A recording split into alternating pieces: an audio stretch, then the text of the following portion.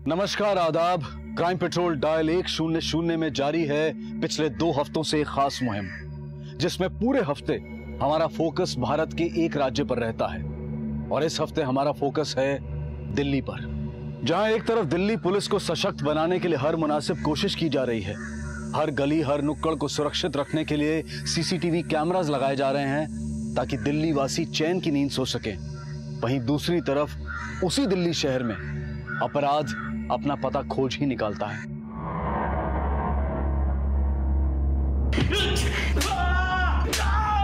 और जोर से चीख, तेरी चीख की आवाज वहां तक सुनाई पड़नी चाहिए। चीख, और जोर से चीख।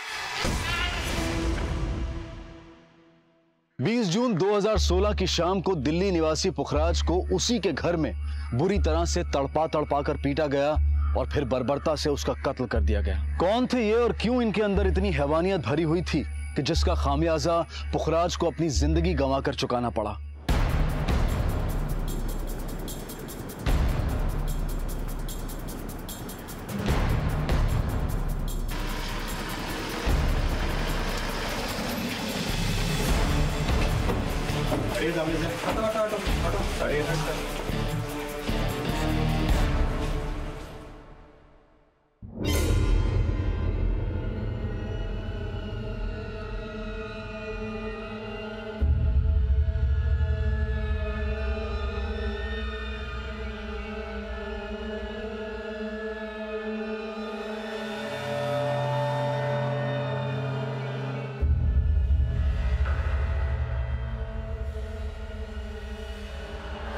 चौधरी, घर चेक करो।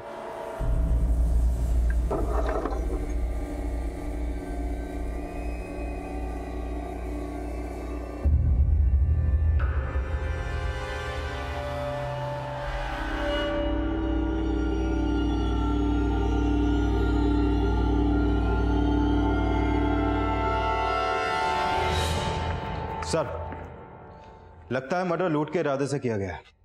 लेकिन डेड बॉडी को देखकर लगता है इसे टॉर्चर किया गया है, जैसे किसी ने इससे अपनी दुश्मनी निकाली हो। चौधरी, बॉडी को पोस्टमार्टम के लिए भिजवाओ।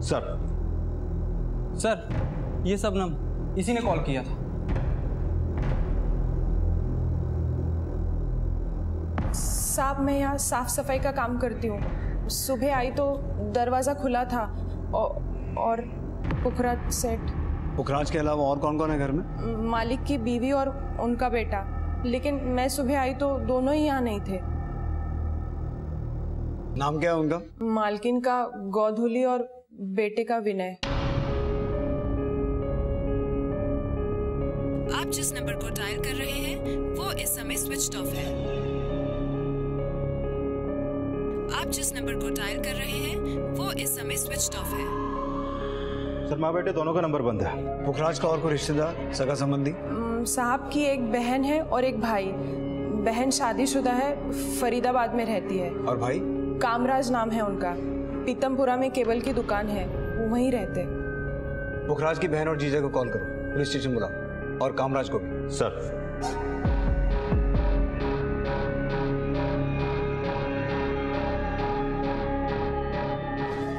कल रात किसी को पुखराज के घर आते जाते देखा था आपने?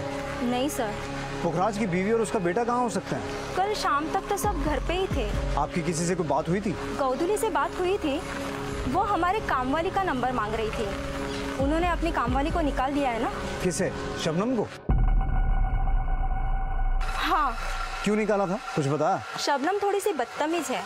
कल वो अपने पति को भी लेकर आई थी और पुखराज के साथ उनके कुछ तू में हो रही थी।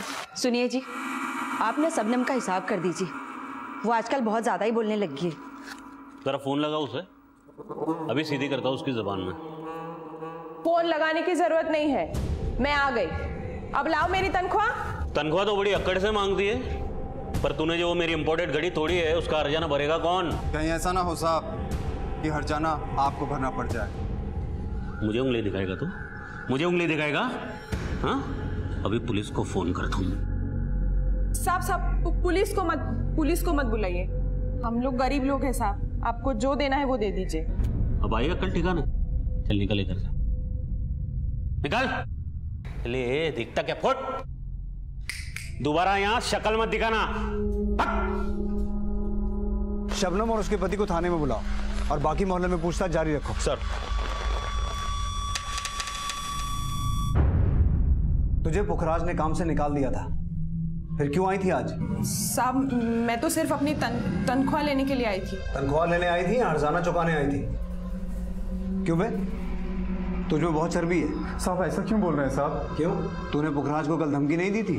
वो शबनम को तनख्वाह नहीं दे रहा था साहब। तो तू उसका मर्डर कर देगा? नहीं साहब, मैंने उसका मर्डर नहीं किया है साहब। साहब हम लोग गरीब हैं इसलिए आप हम पे शक कर रहे हो ना। एक तो 2 महीने की तनख्वाह नहीं मिली है और अब आप। तूने जरूर कोई चोरी चकारी की होगी, इसीलिए उसने तेरी तनख्वाह रोकी। साहब हम चोर नहीं है, मेरे से उसकी महंगी वाली घड़ी टूट गई थी, लेकिन मैंने जानबूझ के थोड़ी ना तोड़ी थी। इतना अमीर आदमी था, लोगों को लाखों करोड़ों बांटता था, बस मेरे 5,000 देने में उसको भारी पड़ रहा था। तो तेरी नजर उसके पैसे पे थी? नहीं साहब। तो तुझे कैसे पता कि वो लोगों को लाखों करोड़ों बांटता था? बोल। मालिक मोटे पैसों का लेन देन करते थे, काम करते करते कानों में बात पड़ी थी। अरे क्या बात कर रहे तू? अरे 30 लाख क्या, तू 40 लाख मांगता ना तो भी दे देता मैं। हाँ चल अभी मस्का लगाना बंद कर अभी। हाँ कोई नहीं शाम को ले जा। अरे शबनम जरा चाय बनाना, फर्स्ट क्लास कड़क शक्कर कप। जी साहब। साहब मेरी तनख्वाह। अच्छा तनख्वाह देता हूँ अभी।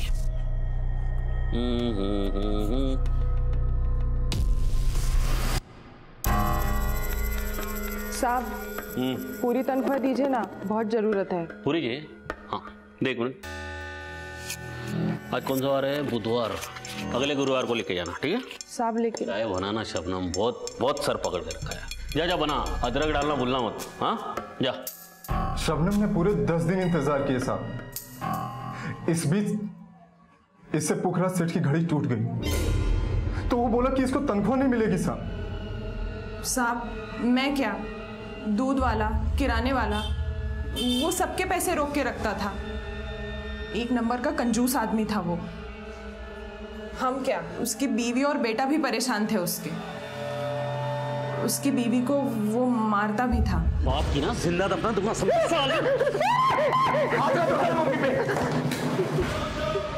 तुझ पे हाथ उठाएगा? अपने बाप पे हाथ उठाएगा? हाँ साले, अपने हाथ ना काबू में रखना, अच्छा नहीं होगा।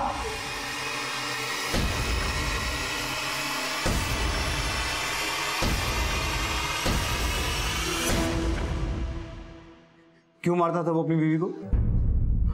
मालकिन पे शक करता था। कैसा शक? उन्हें शक था कि शायद मालकिन का उनके भाई के साथ कोई चक्कर। कामराज से? हाँ साहब, पर उनका बेटा हमेशा माँ को बचा लेता था। मुझे तो लगता है वो माँ बेटे ने मिलके ही कुछ किया होगा, और आप खामखा हम दोनों पे शक कर रहे हो। शबनम का बयान क्रॉस वेरीफाई करो। सर मैं कामराज की दुकान पे गया था, लेकिन उसकी दुकान पे ताला लगा है। मैंने आसपास के लोगों से पूछताछ की, लेकिन कुछ खास पता नहीं चला।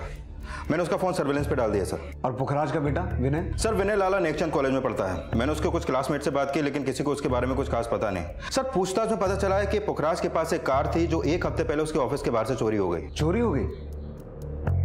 पुखराज का ऑफिस कहाँ है? सरस्वती विहार में।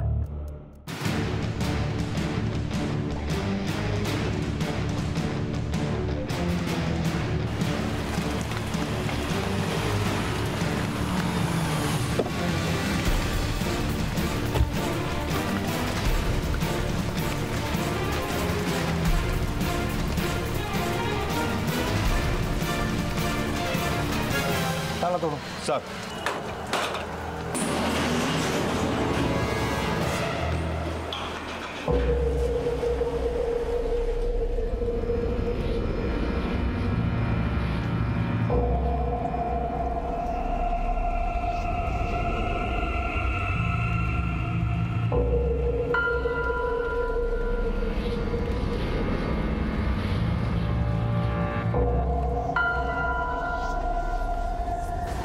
घर के साथ साथ ऑफिस में भी चोरी हुई। जितनी बेरहमी से पुखराज को मारा गया, उससे ऐसा लगता है कि ये काम पुखराज के किसी दुश्मन का है। लेकिन बड़ी हैरानी की बात है कि गायब उसके अपने हैं चौधरी, मुझे पुखराज की कॉल डिटेल्स, बैंक डिटेल्स, हर फाइनेंशियल डिटेल चाहिए। और ये पुखराज की बहन और जीजा कब आ रहा है? सर वो फरीदाबाद में रहते हैं, पहुंचने वाले होंगे। पुखराज से आखिरी बार कब मिले थे आप लोग? कई हफ्तों से कोई मुलाकात नहीं हुई, पर फोन पर अक्सर बात होती रहती थी। आखिरी बार कब बात हुई थी आपकी? अब कल उसे मेरी कार चाहिए थी, इसलिए उसने फोन किया सी।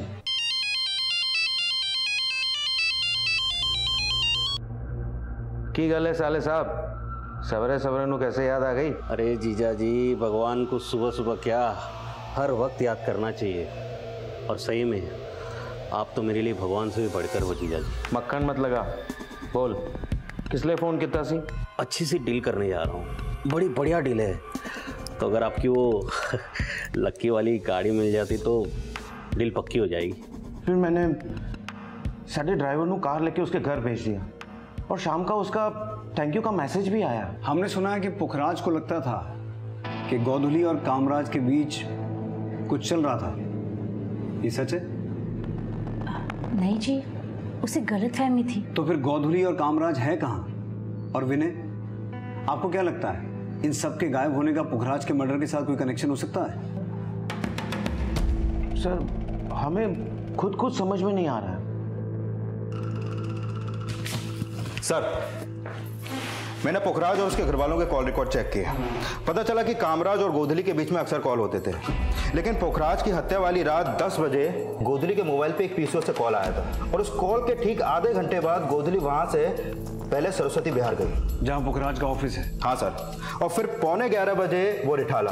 सर जब वो रिठाला में थी उस रात, चलिए देखिए, 11:15 से 12:15 के बीच में गोधुली और पुखराज के बीच में एक लंबी कॉल हुई और कामराज भी उस समय पुखराज के घर पे ही था और उस कॉल के तुरंत बाद तीनों के फोन बंद हो गए। गोधुली और पुखराज के बीच हुई 1 घंटे की कॉल का क्या चक्कर हो सकता है चौधरी? एक काम करो, गोधुली का नंबर भी सर्विलेंस पे डालो। सर कभी ना कभी तो ऑन होगा ही। और घटना के वक्त विनय की फोन लोकेशन क्या थी? सर उस दिन विनय की फोन की लोकेशन रात 9 से 11 के बीच में गुड़गांव में थी और रात 11 बजे के बाद उसका फोन बंद हो गया।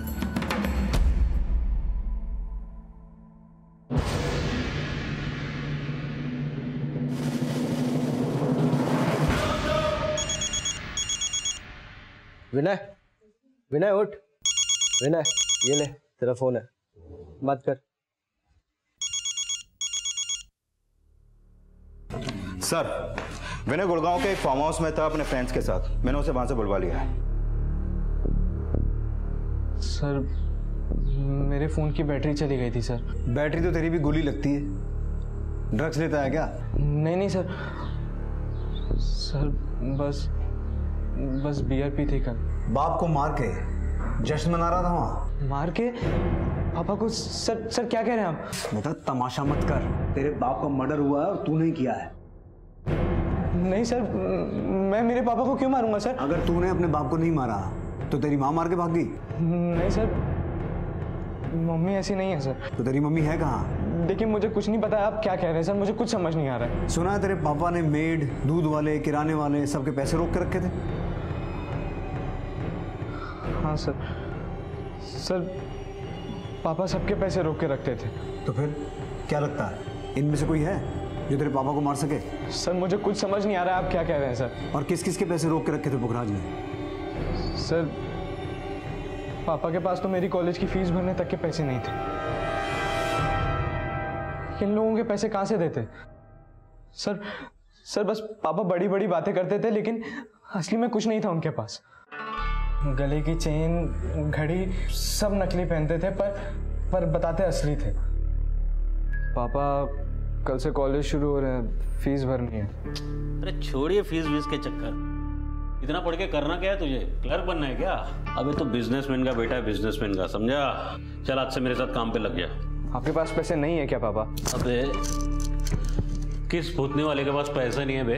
हाँ, मैं ना तेरी कॉलेज खरीद सकता हूँ। आप कॉलेज बाद में खरीदेगा पापा, अभी मुझे फीस के पैसे दीजिए, मुझे आगे पढ़ना है। पढ़ना है तुझे? सही में पढ़ना है? हाँ ठीक है, जहाँ मैं पढ़ा था ना वहाँ तुझे पढ़ा था, पता है कहाँ? लंदन, समझा? वहाँ भेजता हूँ तुझे। 10-15 दिन दे, तुझे फॉरेन भेजने का जुगाड़ करता हूँ मैं। देख फिर कैसे पढ़ाई होती है। सर उनसे कुछ मांगो तो बड़ी बड़ी बातें करने लगते थे। पर होता कुछ नहीं था सर। हो सकता है तेरे पापा की कोई मजबूरी रही हो, पर तूने उनका हाथ बटाने की बजाय उन्हीं पे हाथ उठा दिया। नहीं सर। झूठ मत बोल, शबनम ने सब कुछ बता दिया है। सर पापा मम्मी को मारते थे सर, इसलिए एक बार मैंने... तेरी मम्मी ने जरूर कुछ किया होगा, इसलिए तेरे पापा ने मारा। मुंह उठा के बात कर। सर पापा मम्मी पर शक करते थे। भाभी को चक्कर चलाता है? हाँ, साले शर्म नहीं आती तुझे? नहीं छोड़िए, जान से मार दूंगा साला तुझे।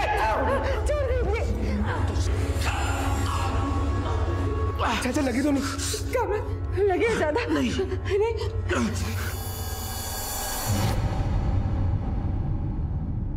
तेरे पापा ने कामराज को जान से मारने की कोशिश की? हाँ सर पापा बहुत बुरे थे सर, लेकिन मम्मी और चाचा का कोई अफेयर नहीं था सर। अगर उन दोनों का कोई अफेयर नहीं था तो वो दोनों है कहाँ? सर, मैंने पुखराज के बैंक अकाउंट चेक किए, ये देखिए सर, पिछले 1 महीने से उसके अकाउंट में सिर्फ 5,000 रुपए पड़े हुए हैं। और सर, उसकी कार चोरी नहीं हुई थी, वो बैंक की EMI नहीं दे पा रहा था 6 महीने से, इसलिए बैंक वाले उसकी कार उठा के ले गए। इसका मतलब ये हुआ कि पुखराज सिर्फ दिखावा करता था कि उसके पास बहुत पैसा है, असल में उसकी हालत खस्ता ही थी। और चौधरी, मुझे शुरू से यही लग रहा है कि पुखराज की हत्या लूट के इरादे से नहीं, बल्कि उससे किसी ने अपनी दुश्मनी निकाली। और गोधली और कामराज दोनों का एक साथ गायब होना इस तरफ इशारा कर रहा है कि उन्होंने पुखराज के दिए हर घाव का बदला लिया और जो हाथ लगा वो लेके भाग गए।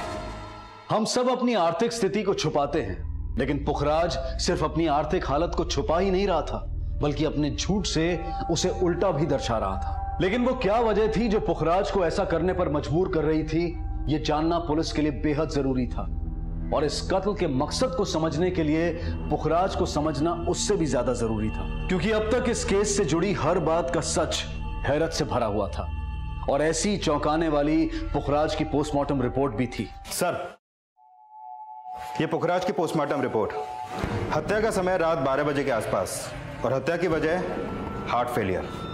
Heart failure? Yes sir, Pukhraj को इतना टॉर्चर किया गया कि हार्ट फेलियर की वजह से उसने अपना दम तोड़ दिया और तार का फंदा बाद में डाला गया। सर, पोस्टमार्टम के मुताबिक उसका गला तब कटा जब वो पूरी तरीके से मर चुका था। इसका मतलब ये हुआ कि दुश्मनी इतनी गहरी थी कि दुश्मनी निकालने वालों ने एक निढाल लाश के गले में अपनी नफरत का फंदा डाला।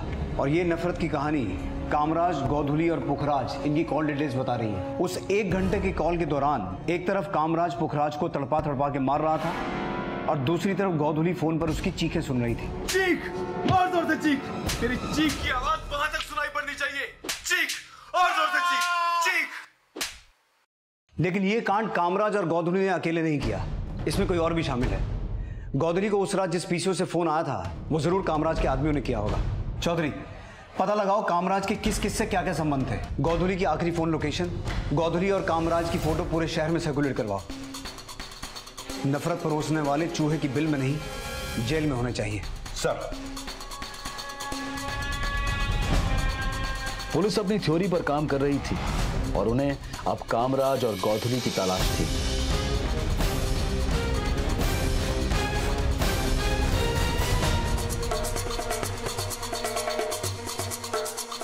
लेकिन फिर कुछ ऐसा हुआ जिसने इन थ्योरीज के सारे समीकरण बदल दिए। हाँ चौधरी,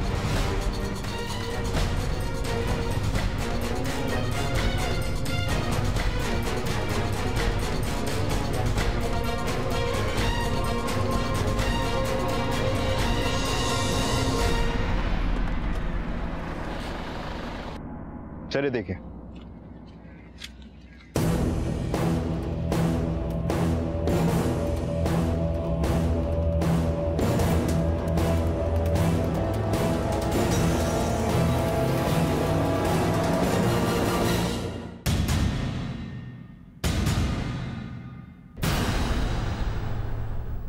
बॉडी को पोस्टमार्टम के लिए भिजवाओ, घर वालों को इन्फॉर्म करो और आरटीओ से पता करो ये गाड़ी किसकी है। सर,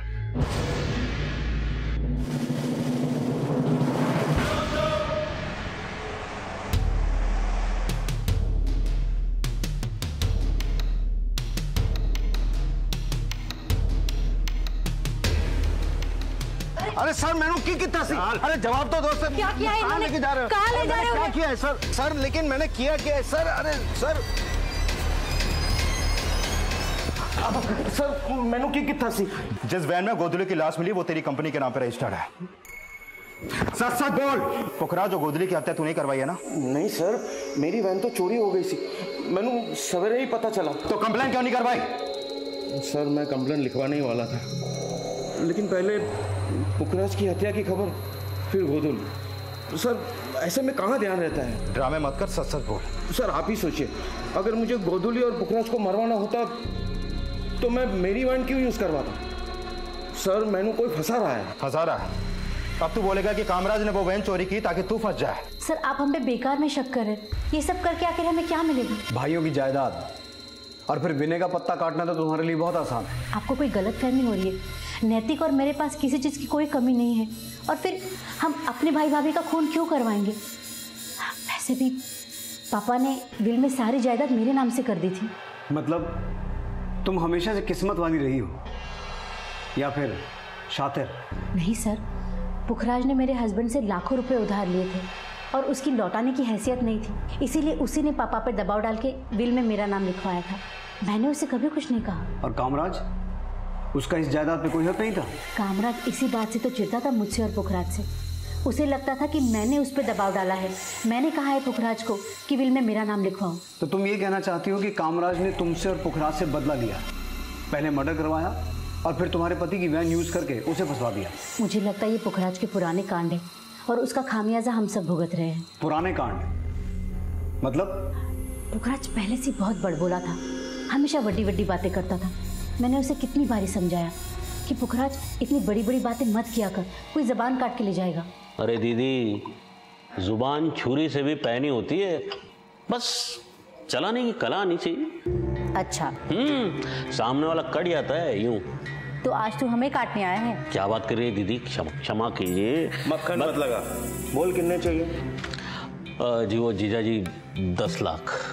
10 लाख? थोड़े मौके की जमीन देखिए मैंने जीजा जी, बहुत बढ़िया जमीन है, कसम से बोलता हूँ। वो बयाना पकड़ाना पार्टी को तो, वरना चली जाएगी ना।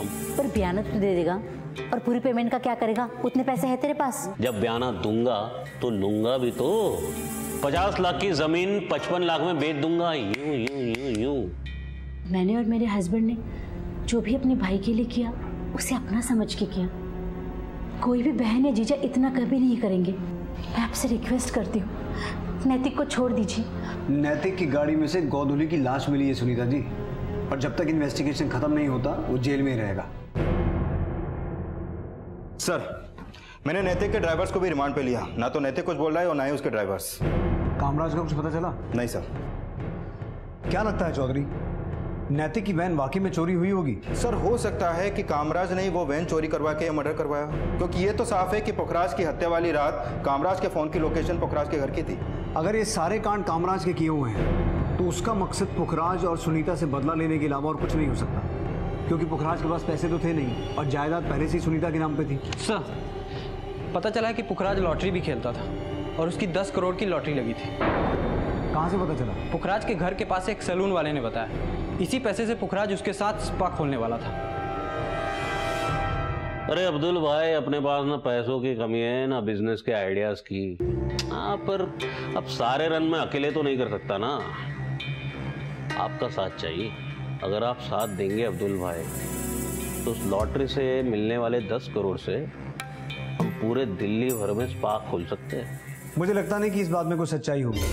पुखराज ने जरूर सैलून वाले के पैसे देने होंगे, इसलिए बड़ी बड़ी छोड़ रहा होगा। सर ये बात सच है कि पुखराज लॉटरी खेलता था। मैंने सैलून वाले के अलावा और कई लोगों से ये बात कंफर्म की है। सभी का कहना है कि पुखराज की लॉटरी लगी थी। सर अगर ये लॉटरी वाली बात वाकई में सच है तो हो सकता है कि कामराज ने ही इन लॉटरी के पैसों के लिए पुखराज का मर्डर किया हो। बड़ी सोच, बड़े सपने और बड़ी बड़ी बातें, और उन सब को साबित करने के लिए बड़े से बड़ा झूठ बोलने में भी पुखराज एक बार भी नहीं कतराया। पर क्या इस झूठ के बीच में कहीं कोई एक सच भी छुपा था? क्या वाकई में उसकी लॉटरी लगी थी और कहीं से अचानक आए ये पैसे ही कहीं उसकी मौत का कारण तो नहीं बन गए थे? इस बात का अंदाजा लगा पाना बहुत मुश्किल था, क्योंकि पुखराज का किरदार इस केस को सॉल्व करने में सबसे बड़ी रुकावट था।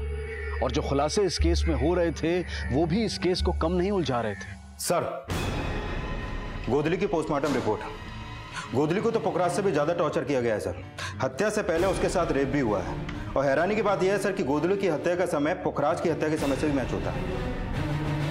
इसका मतलब 1 घंटे लंबी कॉल जो गोदली और पुखराज के बीच हुई, उसमें पति पत्नी एक दूसरे की चीखें सुन रहे थे।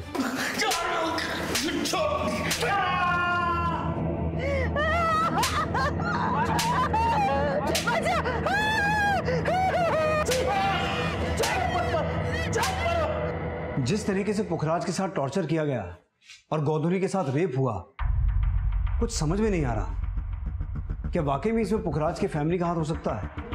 सर, पुखराज कामराज पे ऐसी तो शक नहीं करता होगा। हो सकता है कि कामराज की अपनी भाभी पर बुरी नजर हो, तभी तो पुखराज ने कामराज को जान से मारने की कोशिश की। सर, कामराज सिर्फ पुखराज से ही नहीं बल्कि गोदली से भी बदला लेना चाहता था। और ये हो सकता है कि ये टॉर्चर लॉटरी के उस 10 करोड़ रुपए का पता लगाने के लिए किया गया हो, जो पुखराज ने कहीं पे छुपा के रखे होंगे। लेकिन जिस पैमाने पर यह कांड हुआ है, उसमें सिर्फ फैमिली एंगल को ही ढूंढना हमारी बहुत बड़ी भूल हो सकती है। क्योंकि पुखराज के बारे में अभी तक जो कुछ भी सामने आया है, उससे ये बात साफ है कि उसके और भी कई दुश्मन होंगे जिनसे हमारा अभी तक सामना ही नहीं हुआ। इस पुखराज से जुड़े हर एंगल को हमें अच्छे से खंगालना होगा। पुखराज के कॉल डिटेल्स के आधार पर पुलिस ने उसके बिजनेस के पुराने साथियों और प्रतिद्वंदियों से पूछताछ की। शायद पुखराज धंधा नहीं दादागिरी करता था। हम पार्टी के पास 2% कमीशन लेते हैं, लेकिन वो 3% कमीशन लेता था। फिर भी लोग उसी के पास जाते थे, हमारे पास नहीं आते थे। ऐसा क्यों? क्योंकि पार्टी को धमकी दिलवाता था। मैं तो उसे दूर से ही राम राम करता था जी। पुखराज के साथ में धंधा करना मतलब अपने पैर पे कुल्हाड़ी मारने जैसा है। मतलब? सर, मैं फ्रीलांस एजेंट का काम करता था। पुखराज के लिए पार्टी लाके देता था, लेकिन मुझे ऐसे लगा कि जब तक इस तालाब में वामन सेठ, पुखराज धुमल और राजवीर जैसी बड़ी मछलियाँ हैं, वहाँ मेरे जैसे एजेंट की दाल नहीं गलने वाली। इसलिए 2 महीने पहले ही मैंने ये फील्ड चेंज कर दिया। तो आजकल क्या कर रहा हो? एक जगह पे इंटरव्यू दिया है, शायद जॉब लग जाए।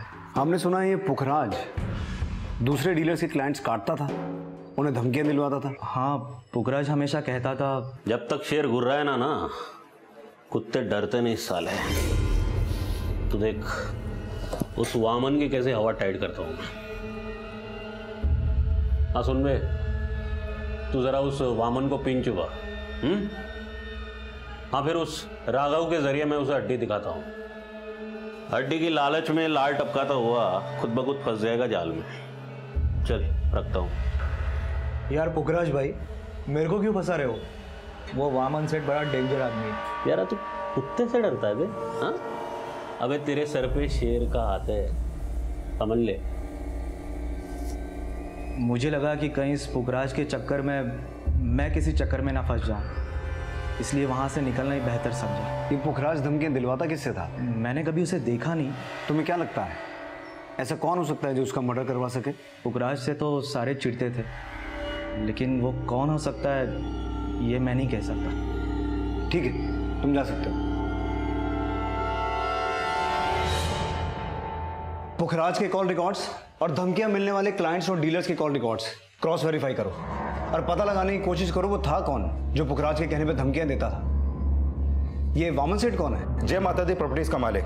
सब पता चला है कि हत्या वाले दिन पुखराज अपने जीजा की कार लेकर जिस डील के लिए गया था, उस डील में वामन सेठ का भी लेना देना था। चलो इस वामन सेठ से मिलते हैं।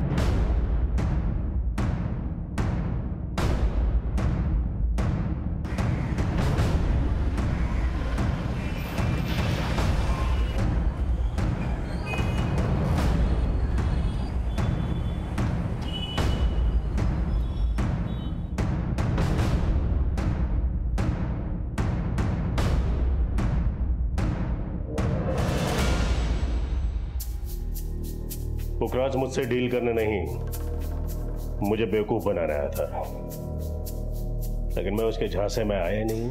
क्या झांसा दे रहा था वो? नरेला में किसी एनआरआई की कोई जमीन है, नकली पेपर्स दिखा के बोल रहा था एनआरआई पार्टी उसकी है। उसे लगा मैं बेवकूफ बन जाऊंगा। तो तुम मुझसे ज्यादा चालाक। पुखराज जैसे जालसाज से बचने के लिए चौकन्ना रहना जरूरी है। पुखराज से तो खैर सारे ही चौकन्ने रहते थे, लेकिन यही बात समझ में नहीं आ रही कि दुश्मनी निकाली किसने। वो मैं नहीं हूं, तो वो जो कोई भी है उसका मुझे कोई अंदाजा नहीं है।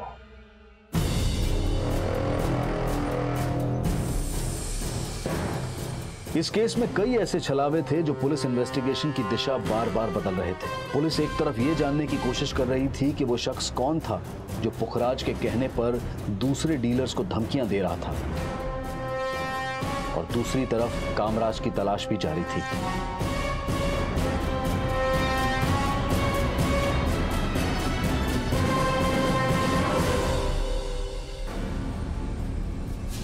सर, मैंने पुखराज की पूरी हिस्ट्री चेक किया।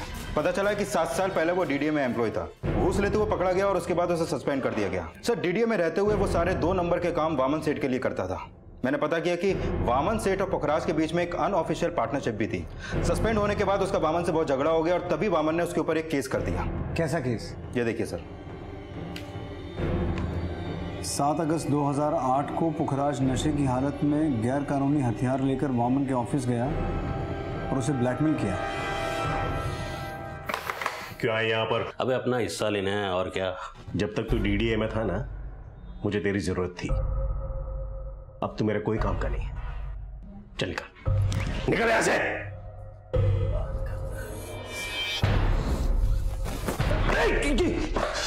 तू ऐसा नहीं मानेगा। अभी मैं पुलिस को बुलाता हूं। ये क्या कर रहा है? गोली चल जाएगी। नीचे गाड़ी से। ये क्या किया तूने? पागल हो गया तू? ये क्या किया तूने? 7 साल बामुशक्कत। अगर अपनी जिंदगी के 7 साल बचाना चाहता तो अभी का अभी मेरे अकाउंट में 7 लाख ट्रांसफर कर। पुखराज मेरा पार्टनर नहीं था। वो जबरदस्ती मेरे गले पड़ गया था। उसे उसके किए की सजा मिल गई। 7 साल पहले की सजा या? समझता हूं।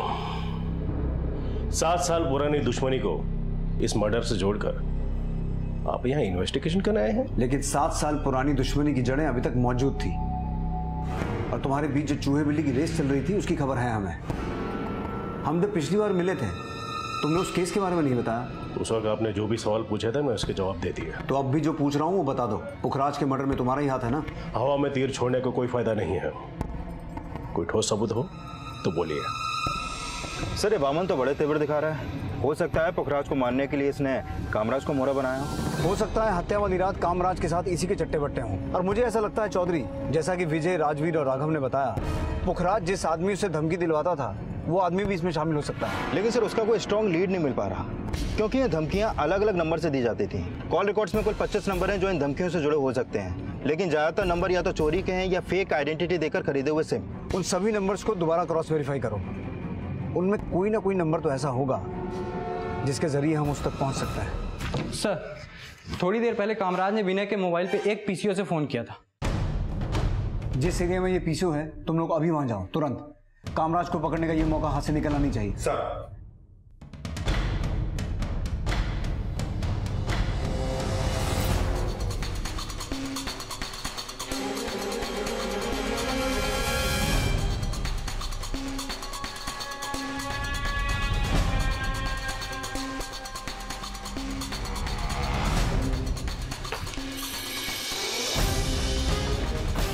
इस आदमी को देखा है? सर, ये रूम नंबर 1 में।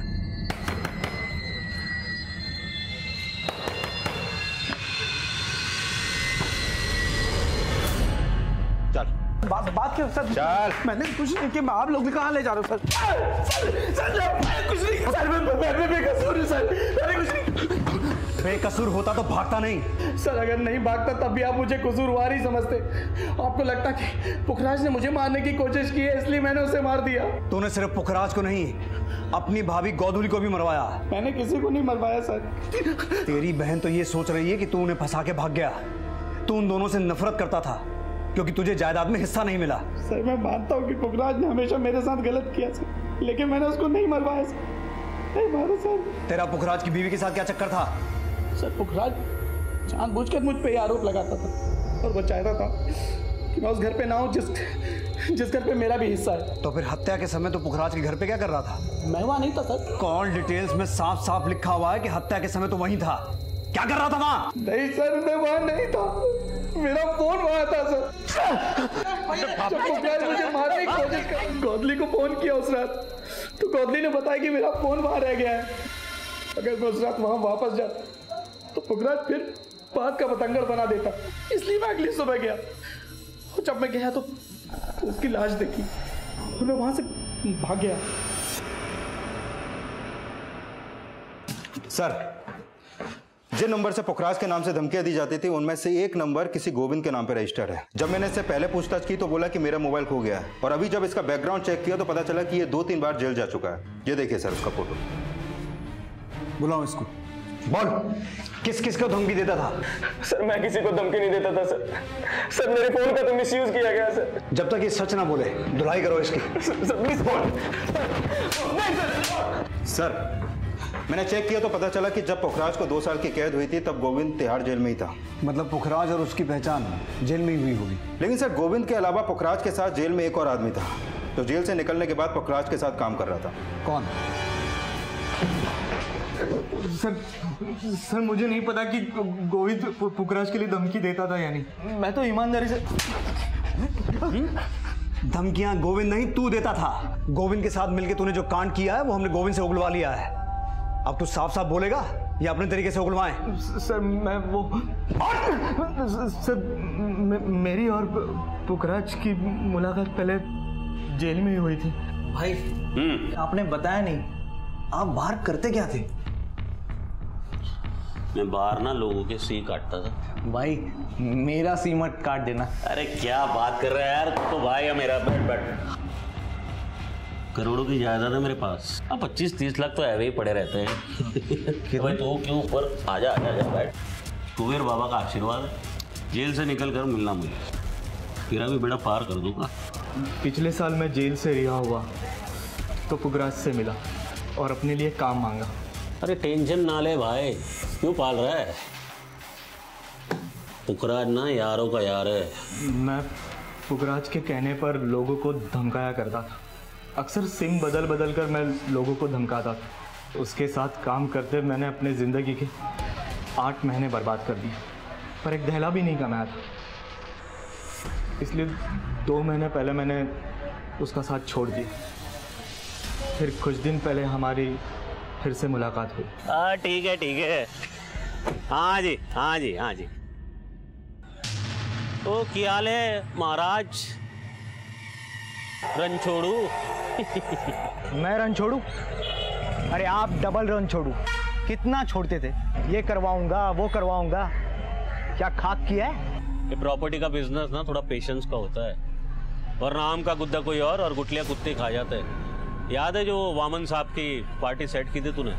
याद है कितने कमाए उससे मैंने? 25 लाख। कितना? 25 लाख। 25 लाख की बात सुनकर मेरे कान खड़े हो गए। मुझे लगा कि पुखराज से पैसा वसूल करने का इससे अच्छा मौका नहीं मिलेगा। इसलिए फिर मैंने अपने पुराने ग्रुप के लोगों के साथ मिलकर एक प्लान बनाया। मुझे पता था कि पुखराज के सर पर उसका जीजा का बहुत सारा कर्जा है और पुखराज उसे एक पैसा भी नहीं लौटा रहा था। इसलिए फिर मैंने उससे फंसाने के लिए उसकी वैन चुराई और पुखराज के घर पहुंचा।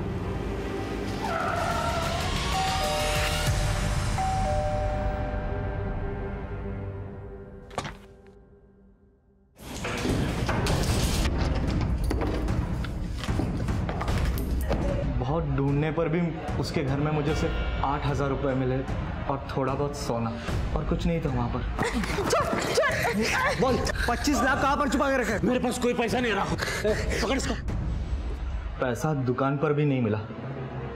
फिर गोविंद गोधुली को लेकर जंगल की तरफ गया।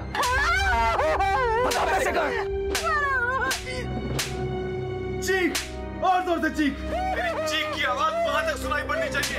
चीख, और जोर से चीख, चीख।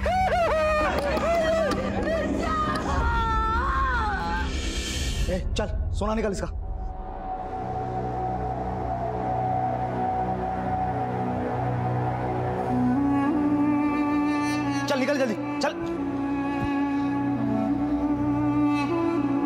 हम अपने बच्चों को सिखाते हैं कि झूठ की उम्र लंबी नहीं होती, लेकिन वहीं हमारी मानसिकता यह होती है कि छोटे छोटे झूठ बोलने से तो कोई नुकसान नहीं होता। लेकिन कब कौन सा झूठ हमें या हमारे सामने वाले को अपराधी बना दे और मौत का सबब बन जाए, ये पता ही नहीं चलता। इसलिए ये बेहद जरूरी है कि हम जो हैं, जैसे हैं, उसी सच को अपनाएं, ताकि किसी और पुखराज को एक झूठी जिंदगी जीने का खामियाजा अपनी जान देकर ना चुकाना पड़े। इसी विचार के साथ अब मैं अनूप सोनी आपसे विदा लेता हूं। फिर मुलाकात होगी अगले एपिसोड में जुर्म की एक और कहानी के साथ। तब तक अपना और अपने परिवार का ख्याल रखें और देखते रहें क्राइम पेट्रोल डायल 100। सबक एक को सीख हम सबको। जय हिंद।